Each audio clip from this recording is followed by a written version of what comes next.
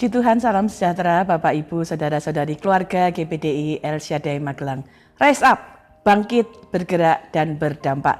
Hari ini kita akan kembali merenungkan firman Tuhan yang akan menjadi kekuatan dalam kehidupan kita. Mari kita belajar bersama-sama dari pembacaan Injil Lukas pasal 24. Kita akan belajar bersama dengan satu tema teman seperjalanan. Teman seperjalanan itu arti harafiahnya ya teman yang berjalan bersama-sama atau teman yang menemani dalam perjalanan kita. Ada satu catatan kisah di dalam Alkitab ya, bagaimana Yesus berjalan bersama-sama dan apa yang terjadi dengan orang-orang yang kemudian ditemani oleh Yesus dalam perjalanan mereka. Kita membaca Lukas 24 ayat 13 sampai 16. Pada hari itu juga, dua orang dari murid-murid Yesus pergi ke sebuah kampung bernama Emmaus yang terletak kira-kira 7 mil jauhnya dari Yerusalem. Dan mereka bercakap-cakap tentang segala sesuatu yang telah terjadi. Ketika mereka sedang bercakap-cakap dan bertukar pikiran, datanglah Yesus sendiri mendekati mereka lalu berjalan bersama-sama dengan mereka. Tetapi ada sesuatu yang menghalangi mata mereka sehingga mereka tidak dapat mengenal Dia. Yesus berkata kepada mereka, "Apakah yang kamu percakapkan sementara kamu berjalan?" Maka berhentilah mereka dengan muka muram. Kita akan berhenti sejenak di ayat ini dengan kita mengobservasi beberapa hal. Ada dua orang murid Yesus yang berjalan dan perjalanan mereka dari Yerusalem ke Emmaus. Ya, kira-kira jaraknya tercatat 7 mil atau 11 kilometer. Dan untuk jarak ini ketika ditempuh dengan perjalanan jalan kaki kira-kira membutuhkan 1,5 jam sampai 2 jam. Dua orang ini berjalan bercakap-cakap. Apa sih yang mereka sedang percakapkan? Biasanya dalam perjalanan kita sambil ngobrol, berbicara, dan dua orang murid ini membicarakan peristiwa yang baru saja terjadi, yaitu bagaimana Yesus disalibkan, kematiannya, kemudian kebangkitan Yesus. Ya, ini pasti peristiwa yang saat itu sangat viral ya, saat itu sangat menarik perhatian banyak orang. Dan di dalam perjalanan itu mereka sedang bercakap-cakap. Ayat yang ke-15 berkata, "Datanglah Yesus lalu berjalan bersama-sama dengan mereka." Ada satu hal yang sangat menarik ya. Dua orang ini sebenarnya berjalan bersama-sama hanya dua orang. Lalu Yesus datang ya bersama-sama menjadi teman seperjalanan mereka. Menariknya dua orang ini bahkan tidak mengenal Yesus. Ya, mereka yang sedang bercakap-cakap peristiwa-peristiwa yang mereka belum bisa pahami. Peristiwa-peristiwa yang mungkin menakutkan bagi mereka karena mereka murid-murid Yesus. Ya, dapat dikatakan dua orang ini secara fisik atau secara emosional mereka tidak ada di dalam keadaan yang baik-baik saja karena mereka tidak bisa memahami, mengerti apa yang sebenarnya sedang terjadi.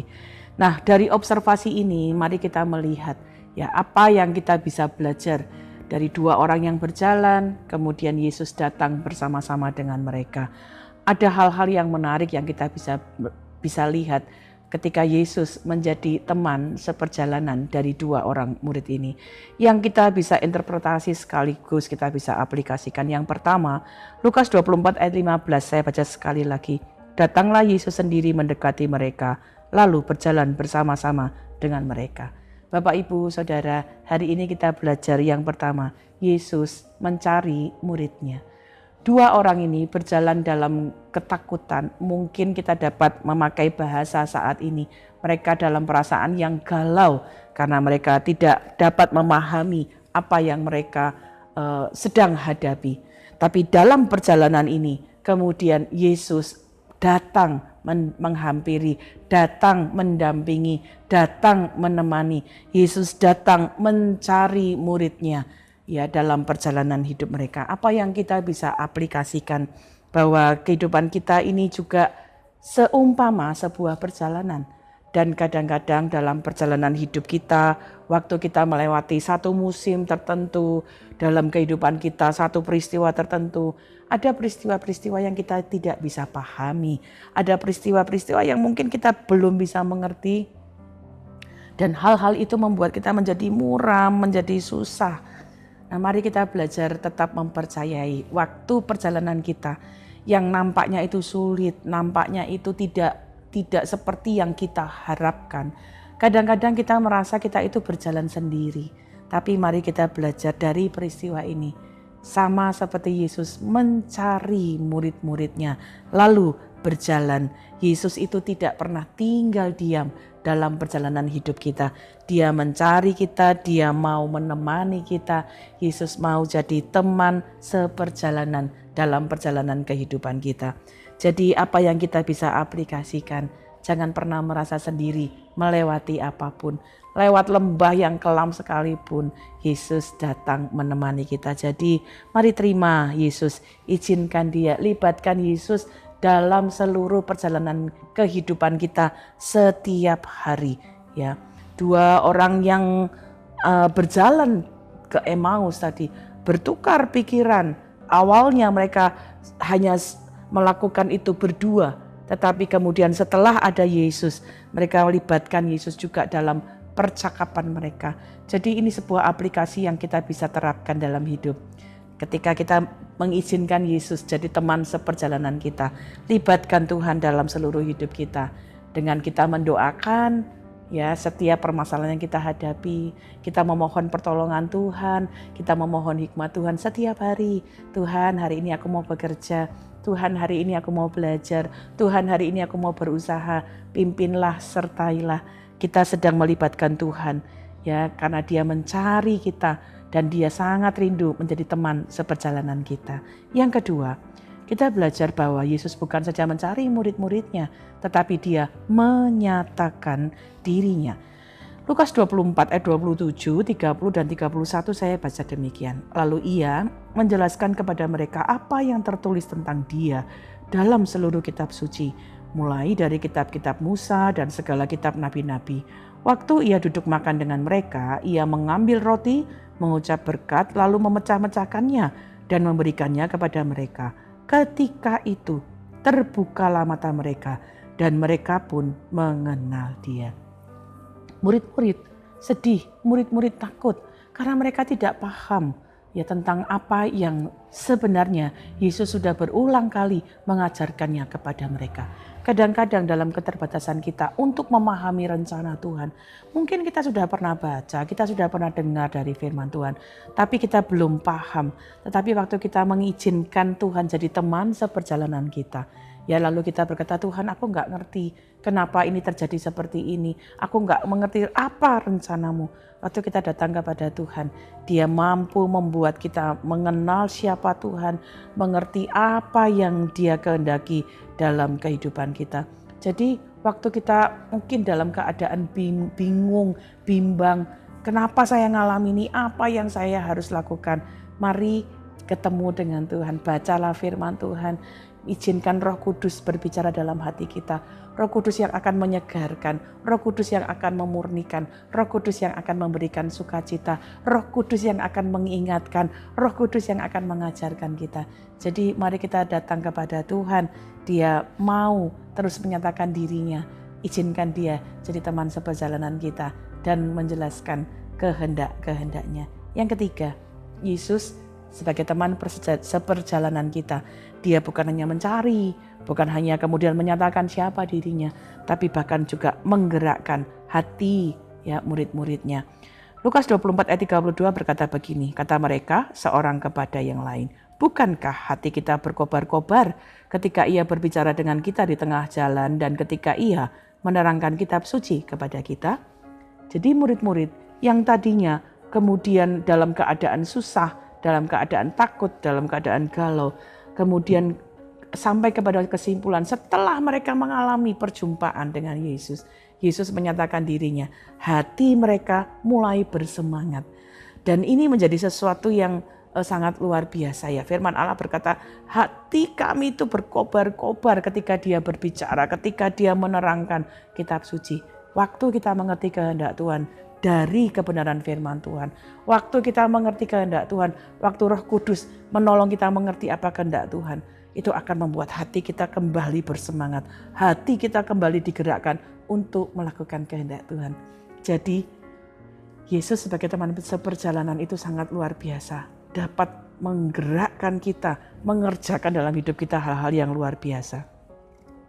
Apa yang kemudian terjadi pada murid-murid sangat luar biasa. Mereka menempuh perjalanan sekitar 2 jam untuk ada ke Emmaus. Tapi waktu mereka kemudian dalam perjalanan yang penuh susah, penuh ketakutan, tapi kemudian di teman seperjalanan mereka bertemu dengan Yesus. Hal itu, pertemuan hari itu, perjumpaan hari itu, perjalanan mereka yang ditemani Yesus sungguh mengubahkan hidup mereka. Lukas 24 ayat 33-34 berkata begini, "Lalu bangunlah mereka dan terus kembali ke Yerusalem. Di situ mereka mendapati ke-11 murid itu, mereka sedang berkumpul bersama-sama dengan teman-teman mereka. Kata mereka itu, sesungguhnya Tuhan telah bangkit dan telah menampakkan diri kepada Simon. Lalu kedua orang itu pun menceritakan apa yang terjadi di tengah jalan dan bagaimana mereka mengenal Dia pada waktu Ia memecah-mecahkan roti." Ya, Bapak Ibu Saudara, peristiwa ini menjadi catatan sejarah. Ini menjadi awal berita keselamatan, kabar baik itu dapat dikabarkan. Waktu kita mengizinkan Tuhan menjadi teman seperjalanan hidup kita, apapun yang kita hadapi, kita kemudian mendapatkan pernyataan dari Yesus. Ya, itu akan menggerakkan hati kita, membangkitkan semangat kita kembali. 2 orang murid ini ya baru tiba di Emmaus. Mereka lalu segera kembali lagi ke Yerusalem. Untuk apa? Mengabarkan Yesus hidup. Nah, Bapak Ibu Saudara, mungkin perjalanan kita hari ini penuh perjuangan. Tapi jangan berjalan sendiri. Izinkan Yesus jadi teman seperjalanan. Dia akan menyatakan dirinya. Dia akan menyatakan kehendaknya. Lalu mampu mengubahkan hidup kita, menggerakkan hati kita untuk melakukan kehendaknya. Sehingga kita akan menjadi orang-orang yang dapat mengenal siapa Yesus, lalu mengalami pertolongannya, dan kemudian meneladani Yesus untuk menyampaikan kabar baik kepada orang-orang yang ada di sekitar kita. Jadi mari jadikan Yesus teman seperjalanan yang akan membuat kita mengenal, mengalami, bahkan meneladani Yesus dalam hidup kita. Hidup kita akan menjadi kesaksian berdampak bagi banyak orang. Kiranya apa yang menjadi pengalaman dari 2 orang murid yang berjalan ke Emmaus, ini pun menjadi pengalaman hidup kita. Berjalanlah bersama dengan Yesus, Dia teman seperjalanan yang luar biasa. Puji Tuhan, terima kasih telah mengikuti Renungan 79. Kiranya dapat menjadi berkat bagi kita semua. Bapak Ibu yang ingin didoakan untuk pokok doa tertentu atau menceritakan kesaksian, baik mujizat kesembuhan, pemulihan dari masalah, apapun juga, mari sampaikan melalui chat WhatsApp di 0813 2742 0088. Mari kita berdoa. Bapa, kami mengucap syukur karena Engkau menemani kami dalam perjalanan hidup kami. Ampuni kami, seringkali kami coba berjalan sendiri. Kami coba dengan kekuatan kami sendiri. Dan kami menjadi orang-orang yang berjalan dalam kelelahan kami. Tapi hari ini kami mau belajar mengizinkan Engkau menjadi teman seperjalanan dalam hidup kami. Nyatakanlah kehendak-Mu, nyatakanlah keinginan-Mu, nyatakanlah apa yang menjadi rencana-rencana-Mu. Supaya kami dapat digerakkan oleh kehendak Tuhan. Dan hidup kami menyenangkan hati-Mu. Berkati seluruh keluarga GPDI El Shaddai Magelang dalam perjalanan hidup kami. Kami berjalan bersama dengan Tuhan, tidak berjalan sendiri. Dan biarlah hidup kami boleh menyenangkan hati-Mu. Terima kasih Bapa yang baik. Ya Tuhan, nama-Mu adalah untuk selama-lamanya ya Tuhan. Engkau diingat turun-temurun, sebab Tuhan akan memberi keadilan kepada seluruh keluarga GPDI El Shaddai Magelang dan akan sayang kepada hamba-hambanya. Mengucap syukur menyambut firman-Mu di dalam nama Tuhan Yesus Kristus. Haleluya. Amin.